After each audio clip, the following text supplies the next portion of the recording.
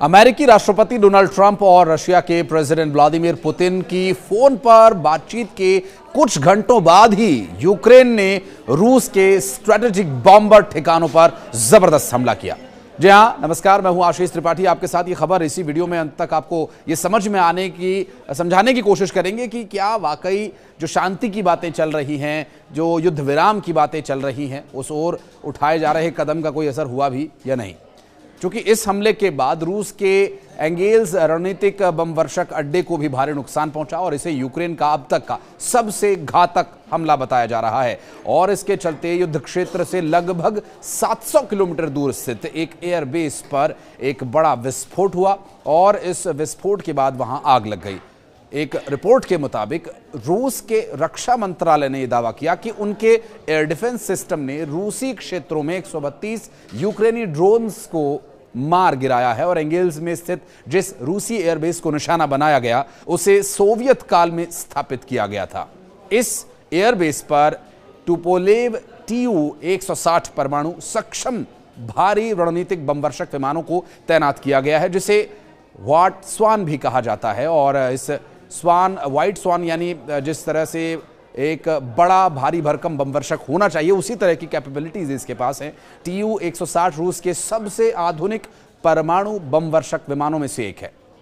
इन विमानों की मदद से रूस पहले भी यूक्रेन पर हमले कर चुका है और इस बीच हमले के कई वीडियोस भी वायरल होते रहे, जिसमें विस्फोटकों के साथ आग की उठती हुई लपटें देखी जा रही हैं। वीडियोस में यह भी देखा जा सकता है कि आसमान से धुएं का एक गुबार दिखाई दे रहा है और यूक्रेन ने दिसंबर 2022 के बाद एंगेल्स एयरबेस पर कई हमले किए। जनवरी में यूक्रेन ने बेस की सेवा करने वाले एक तेल डिपो पर भी हमला किया था, जिससे भीषण आग लग गई थी और इस आग को बुझाने में करीब 5 दिन लग गए थे। फिलहाल इस हमले को लेकर यूक्रेन के रक्षा मंत्रालय ने इसकी पुष्टि की है और उसकी फोर्स ने रूस पर एयर स्ट्राइक की है। कई विस्फोट किए गए जिसमें सामरिक ठिकानों को निशाना बनाया गया। इतना ही नहीं, रूस ने भी जवाब देने का दावा किया है। रूस के रक्षा मंत्रालय ने कहा कि उनकी एयरफोर्स ने रूसी क्षेत्र में आए 132 ड्रोन्स को मार गिराया और ये ड्रोन हमला रूसी प्रेसिडेंट व्लादिमीर पुतिन द्वारा बिना शर्त 30 दिन के सीज फायर को ठुकराने के बाद हुआ। जबकि इससे पहले ही शांति और समझौते की बातें चल रही थी, युद्ध विराम की बातें चल रही थी।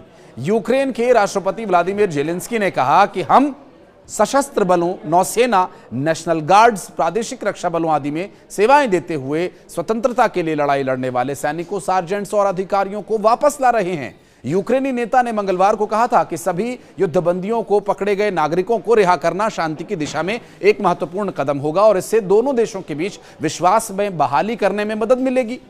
उन्होंने कई बार सभी कैदियों की अदला बदली की भी मांग की थी और इससे पहले यूक्रेन के प्रेसिडेंट व्लादिमीर जेलेंस्की ने सीज फायर को लेकर अमेरिका के प्रेसिडेंट डोनाल्ड ट्रंप से फोन पर बातचीत भी की। उन्होंने रूस पर युद्ध विराम प्रस्ताव को न मानने का भी आरोप लगाया था।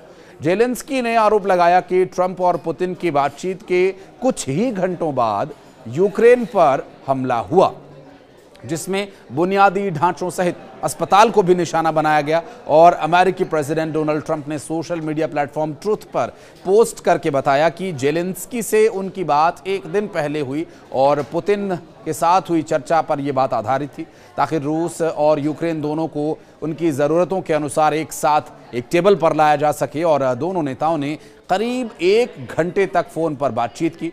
ट्रंप ने कहा कि हम पूरी तरह से सही रास्ते पर हैं।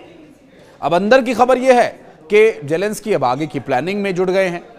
व्हाइट हाउस के राष्ट्रीय सुरक्षा सलाहकार माइक वॉल्ट्ज ने सोशल मीडिया पर यह घोषणा की कि आने वाले दिनों में अमेरिका और रूस के अधिकारी सऊदी अरब के रियाद में मिलेंगे और फिर सीज फायर लागू करने पर चर्चा होगी।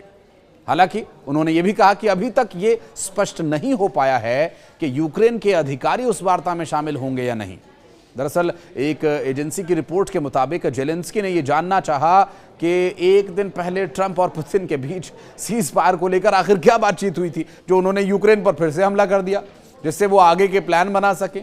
इस पर बात करते हुए पुतिन ने यह भी साफ किया कि अगर यूक्रेन के सहयोगी उसे खुफिया सहायता देना बंद नहीं करेंगे तो भी ये युद्ध इसी तरह से जारी रहेगा। और माना यह भी जा रहा है कि युद्ध खत्म होना चाहिए, हर कोई प्रयास कर रहा है, दुनिया में हर कोई यही चाहता है, भारत की भी यही भूमिका रही है। और जिस तरह से प्रधानमंत्री नरेंद्र मोदी ने डोनाल्ड ट्रंप से बातचीत के दौरान यह भी कहा था कि भारत पर जो आरोप लगते हैं कि भारत जो न्यूट्रल रहता है, भारत न्यूट्रल नहीं है, भारत शांति के पक्ष में है, भारत का पक्ष है शांति, और उसी को स्थापित करने के लिए तमाम प्रयास हो रहे हैं, जबकि ये हमले उस शांति के प्रयास में कहीं ना कहीं बाधा बन रहे हैं।